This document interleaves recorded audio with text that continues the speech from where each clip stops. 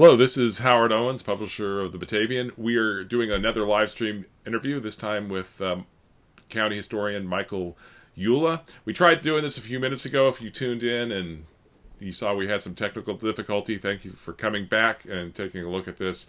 We're talking about the Spanish flu, and maybe not appropriately called the Spanish flu, but that's what we most know it as. And we're talking about both the history of that and its larger context, and also how it impacted Genesee County and Batavia.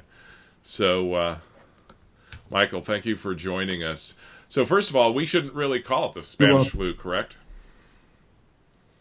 That's correct. There's a lot of recent scholarship that I've looked at recently. John M. Barry, one historian in particular, he makes it a point of entitling his book "Influenza," because his contention, and I think it's a pretty convincing argument from the evidence he presents, is that the epidemic actually began at an army base in Kansas and spread from there. So the Spanish influenza term is really a myth. And that's one of my understandings, is it probably started, actually what I read is it's probably started on a farm in Kansas, went to the army base, and then wound up troops in Europe, and then came back to the United States on troop transports. And it had a big impact on World War I, isn't that correct? Yes, absolutely did. And of course, this was a pandemic. It is accountable for at least 675,000 American deaths throughout the country, and that would, of course, include the military deaths, and about 173 deaths in Genesee County itself. One of the things I found in researching this is that because this was going on at the same time, well, first of all, a lot of us don't necessarily know about the 2018 flu or the Great Flu. We tend to learn a lot about World War I. This has always been, until now, something kind of overlooked. And that had a lot to do, didn't it, with the government wanting to be secret about this and the newspapers going along with that secrecy. Isn't that correct? I'm not so sure about the governmental effort as much as I am the media definitely downplayed it. And of course, there was, in the midst of the World War I effort, an attempt to direct most of the public attention towards the war effort. A number of major magazines at the time, the Literary Digest, for example, made it a point to run articles cautioning people about unwarranted fears of the flu. Newspapers around the country also tended to stress the same thing, and frankly, bringing it closer to home, even here in Genesee County, in Batavia, we had some of our first evidence of influenza as early as September of 1918. But it wasn't until well after that, really well into October, that newspapers in Genesee County began to talk about what everyone was already seeing around them. And at that point, it was clearly to talk about the unwarranted fear because clearly people could see it with their own eyes. One of the things I was thinking about in coming up with this conversation is last year you and I did an interview about the dedication of the Upton Monument, which was in 1919, and in my research, and it didn't even come up in our conversations, none of the newspaper articles I was looking at the time made any mention to how this might have been going on in the community contemporaneous with getting that monument built and dedicated. So that kind of gave me a clue that maybe it wasn't front and center. No, yeah, it wasn't. And then, of course, it became so. As a matter of fact, that figure of 675,000 dwarfs the numbers of casualties that the United States suffered in World War I. So how many dead did you say again in Genesee County? 173 that we're pretty certain about, given the evidence. I would say it's at least that. And some parts of the county were hit harder than others. Urgent, for example, was hit particularly hard. Any idea why that was? I don't have an answer to that except to say that once the newspaper articles began to address the numbers of deaths, Virgin figured prominently. As a matter of fact, they had one physician at one point, and he himself, of course, succumbed to the influenza. I don't recall offhand whether or not he died, but he was certainly out of commission for a while. And then the newspapers don't reveal anything else about him in particular. We had 2 or 3 hospitals in Batavia at the time, I think, if I remember correctly. Any indication of how they were impacted or what they had to deal with? Well, what was interesting is that by the end of October, officially at least, there were 18 deaths, from what I recall, in Batavia. But then you begin to see public health reports. I'll give you the physician's name, Dr. John Lesor, who was reporting 35 to 40 new cases every 24 hours. And then by early December, about December 3rd or so, from what I was able to discover, there were 397 influenza deaths, cases reported by Dr. Lesor and what we would now call the public health people. But he also was quick to point out that even though there are 397 influenza cases, that only amounted to about 5% of Batavia's population. So I think it's important to remember that as well. What I've read about U.S. they figure about a third of the U.S. residents were infected at some point, as far as we know, in the U.S. So it's not like everybody got sick at that time. It just was a particularly virulent version of the flu. Yes. So, and for those, the other thing I'll just throw out there, the flu virus was H1N1, which a few years ago we knew as the swine flu. So it was the same kind of flu. It's still around. It was just new at that time and attacked healthy human bodies, and the healthy people's immune systems reacted aggressively to it. That's often what made it fatal. Do you have any information on how many children in Batavia or Genesee County died?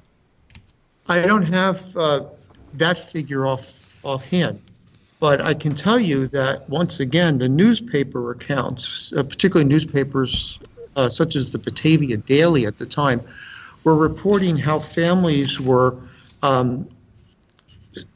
impacted severely in terms of the loss of children. I came across one article in particular. There was one family in Batavia in which the children who died within the span of several days of each other, a 6-year-old son, a 3-year-old son, and an 18-year-old son.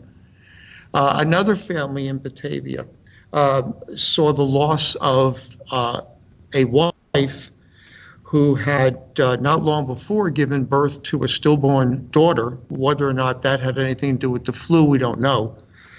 But after her death, there was also the death of a daughter in that same family. I'm sorry, along with that, a 2-year-old son, I should have said. I'm thinking of another family. Mm-hmm. So the impact on particular families was pretty traumatic. Was this going on at the time children were in school? Did it have any impact on school? Well, actually, what I discovered when I started to look at this was that the school system in Batavia, for example, had closed, and it then reopened, and then it closed again in December of 1918. We have to remember that the worst part of the epidemic really took place between September and December of 1918. So what that meant was that you had a number of unprecedented things happen. For example, Christmas programs were canceled, and this apparently had a very demoralizing effect on the community at the time. Interestingly enough, even though schools were closing in Batavia, for example, theaters, bowling alleys, and any place where people were congregating, these were all closing, or people were encouraged not to congregate, but yet factories and stores remained open. Now, I didn't find any evidence in Batavia that people were required to keep a certain distance between themselves, but what was interesting at the time nationally is that laws were appearing all over the country, in which it was mandated that people would keep a certain amount of cubic square feet between them and could be subject to arrest if they didn't. Stores in Colorado, for example, at the time, in which people would shout their orders in through the front door, and then employees would bring out whatever it is that they were purchasing. So when I saw that stores were open in Batavia, I'm not sure exactly what that meant compared to the rest of the country. People can go in. If they did, what kind of distancing did they have to keep, or whether or not they were simply shouting in their orders as they were doing in places like Colorado. I also discovered that in Batavia, people who were coming through Batavia at the time were not permitted to stay in Batavia overnight. They were required to keep going. That's interesting. And of course, yeah. I didn't find, for example, as you could see in other parts of the country, at one point in places out west, Prescott, Arizona, for example, passed a law in which shaking hands was prohibited. People who coughed in public in the west at one point, places again like Arizona and New Mexico, who didn't cover their mouth when they coughed could be subject to immediate arrest. And what was really interesting, and again, I didn't find any evidence of this in Batavia, but using Colorado as an example, it became rumored, also in New Mexico, that dogs carried influenza. So police were empowered to simply shoot dogs to dead on sight as a way to try to prevent the spread of the epidemic. So I didn't see any evidence of that in Genesee County, but it wouldn't surprise me if more research had revealed that as well. That's pretty interesting. One of the things that I read about this, you talked about the social distancing, is Philadelphia was one of the hardest cities in the U.S. that was hit. The mayor there ignored advice about what we would now call social distancing. That's not a phrase they used then. And went ahead and had a large parade for a bond drive. Places like Milwaukee took that advice and were much less impacted. Is that what can you tell us about what happened in Philadelphia? Well, in Philadelphia, one of the striking things along the lines you just suggested is that there was a run on caskets, and any funeral parlor that had caskets literally posted guards to make sure that they weren't stolen during the night, for example. Eventually in Philadelphia, it reached a point where no caskets could be found, and there were simply large pits in which bodies were deposited. I read that families had to live with dead bodies in their house for days before anybody could pick them up. It didn't get that bad here. Is there? And it sounds like you didn't pick any information up either way. If there was any what we now call active ability to pursue social distancing, active call to pursue social distancing here. We just seem to, based on the numbers you're giving, manage to avoid a major outbreak in Genesee County. That's correct. And what's also interesting along these lines is that eventually gauze masks were distributed primarily, from what I can see, to the employees of the Batavia post office. So carriers were wearing gauze pads, even though it wasn't required among the general population, but as time goes on, more and more people were wearing them. Any sense of when it was worst here and what life was like at that apex? I'm sorry, could you repeat that, Howard? You broke up. I'm sorry. Was there did you get any sense of what life was like in Batavia at the epidemic's apex, and kind of what was going on here and what people were saying about it? Yes, well, one of the things that I think is striking is that, of course, there was, especially in a rural area such as this, there was a great tradition of neighbors helping neighbors in times of crisis. But now we're seeing. Stopped. I'm going to try to get it going again. I think we're going. Okay. Based on past experience, the stream should just append itself to what we were already doing. So, Michael, the question I'd asked you, and I think we cut out, was kind of what was the leadership response? What was going on with the mayor or other elected officials, supervisors? Sure. Well, I'll give you one example in Batavia. The mayor, around October 11th of 1918, Mayor Hates, he ordered that the pavements outside of stores in the Batavia Business District, that they should be flushed with water regularly. Some of the local officials saw this as one way to combat the influenza, but what was interesting is that they weren't calling for closures in the way that, of course, you see now. And then I would also add to that, like the national leadership, the primary focus still remained upon the war effort. And yes, the influenza epidemic was eventually recognized as something that had to be confronted, but it still, even at its apex, in my view, took a back seat to the prosecution war effort against Germany and its allies. That remained the focus. That seems to be from. I'm not so sure that was the focus of the typical person, but that was certainly the leadership's focus. That goes along with what I read as far as nationally goes, and that was what possibly a contributing factor to how this got out of hand. Is everybody was concerned about the war effort, and the government didn't want. In World War II, over in the front line, the Allies were greatly concerned that the Germans would find out about this flu going through. But it turned out that the Germans had gotten infected too, and were actually worse off, and that had a lot to do with the ending of the war.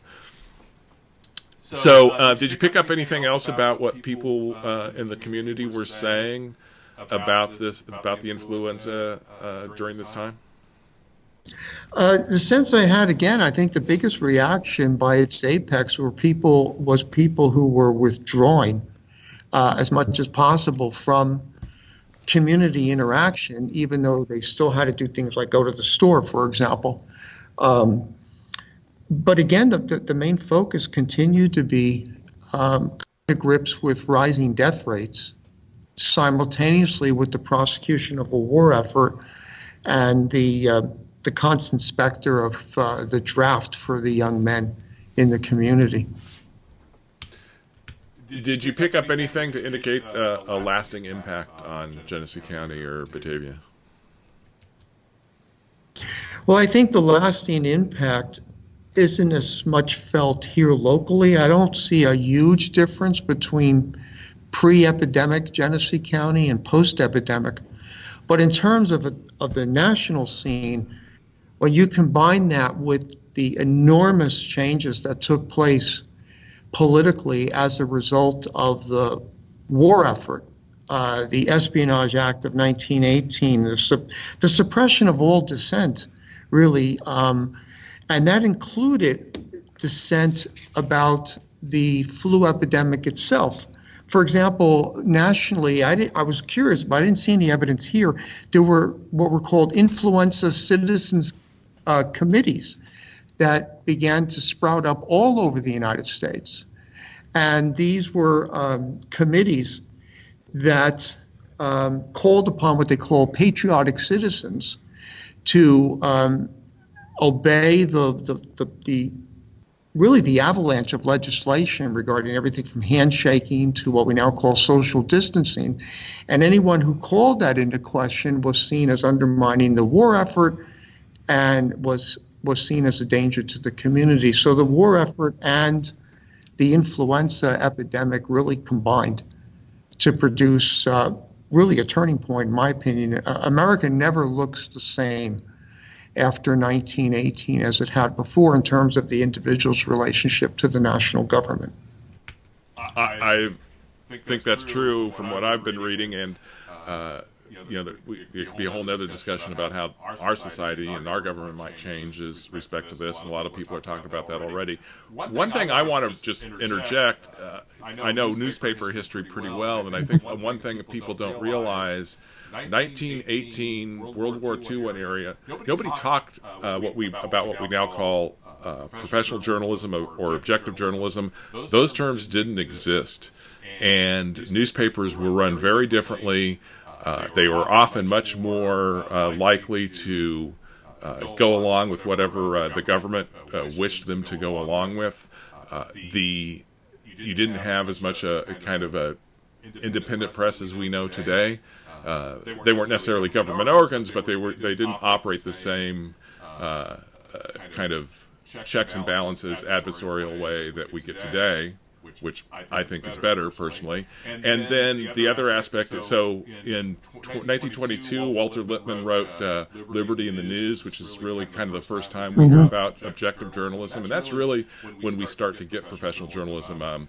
Pulitzer created Columbia College around that time, really the first journalism school in the nation. So journalism changed a lot after this time period too. And it kind of goes in hand with the progressive movement that that overlapped with World War I. I don't know if you have any thoughts on that, but I thought I'd throw that out there. Well, a quick thought is that until the period when what you're alluding to with Walter Lippmann and others, until the early 1920s, people didn't necessarily assume when they looked at a newspaper that they were getting what we would now call objective journalism. You assumed you were getting the open perspective of whoever sponsored the newspaper. You go further back in American life, and you had, for example, artisans groups that would publish a newspaper, and you knew when you picked up the newspaper you were getting the perspective of, say, the carpenters, or of the later on, the pipe fitters. You didn't necessarily think that you were getting what we would now call an objective notion of, or depiction rather, of the news. You're right, that really happens after World War I, and there's probably some connections there that we can discuss. Anytime you see a paper like we have the Rochester Democratic Chronicle or a paper called the Republican, any of those papers were originally started by political parties to push the Democratic agenda or the Republican agenda. I think a lot of people don't necessarily understand how different newspapering was prior to the early part of the 20th century. Yes. So yes, I agree. Michael, any final thoughts on the Spanish flu? Any lessons you think we can learn from this past pandemic? Civil liberties. In the process of combating the pandemic, we could wind up weakening, hopefully not permanently. I keep an eye on something I'm concerned about. We could have a whole conversation about the Constitution and what it means and how fragile it is. I think you're absolutely right. These are just really ideas we hold in our head. There's nothing written in stone, so to speak. It's not a rule of the universe that these freedoms exist. They're ideas we hold in our heads. So, Michael, I appreciate your time. Is there something else you wanted to add? I just want to say one more thing. From the scholarship that I've become familiar with regarding the 1918 epidemic, apparently what eventually caused it to subside was that the human bodies began to develop better immunity systems to this thing called a virus. And I wonder in our own day how much of that, of course, is still the case, and that all of the efforts which could wind up gutting some important amendments, in particular the ones I mentioned in the Constitution, might in the end cost us more, when in fact we just need time to build up immunity to a virus that is new and particularly virulent. I think those are valid concerns. H1N1, as I mentioned earlier, we more recently knew it as swine flu. One reason we didn't have the same level of concern about H1N1 in 2008, 2009, I believe it was, is that because those 1/3 of Americans that had been infected, antibodies were created in part of humanity. And so there are guardrails against the spread, and plus, of course, by then we had a vaccine for H1N1, so we're able to control it. With this, that doesn't exist yet, and I think the goal right now is for hospitals and healthcare systems to build the capacity to deal with more people getting sick, because we're really probably not going to be able to hold back a lot of people getting ill. We don't want a lot of people getting once. So, Michael, I appreciate your time. Any final thoughts? Well, one quick thought that obviously comes to mind. I mean, the problem is so complicated in part because one also cannot ignore if the fear of social disorganization resulting from a virus. Social disorganization could also, of course, and it has resulted from the enormous economic disruption to people's lives. And I don't claim to have an answer, but I do think it's important to recognize there's a balance that needs to be recognized in public policy. And I'm just hoping that those making these decisions now are keeping those two factors, the health and the economy, in mind simultaneously. I think all of us that love our liberty are hoping that's the case. We're going to have to see how it plays out. I think we're going to have to be vigilant, and we're going to have to speak up. So, Michael, I appreciate your time, and thank you for doing this. This is Howard Owens. You're welcome.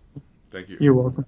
This is Howard Owens, publisher of the Batavian, and thank you. We might have another live stream interview coming up later today. Still working on that. I got a couple lined up for tomorrow, and but we'll see you around. Take care. You too. Thank you, Howard.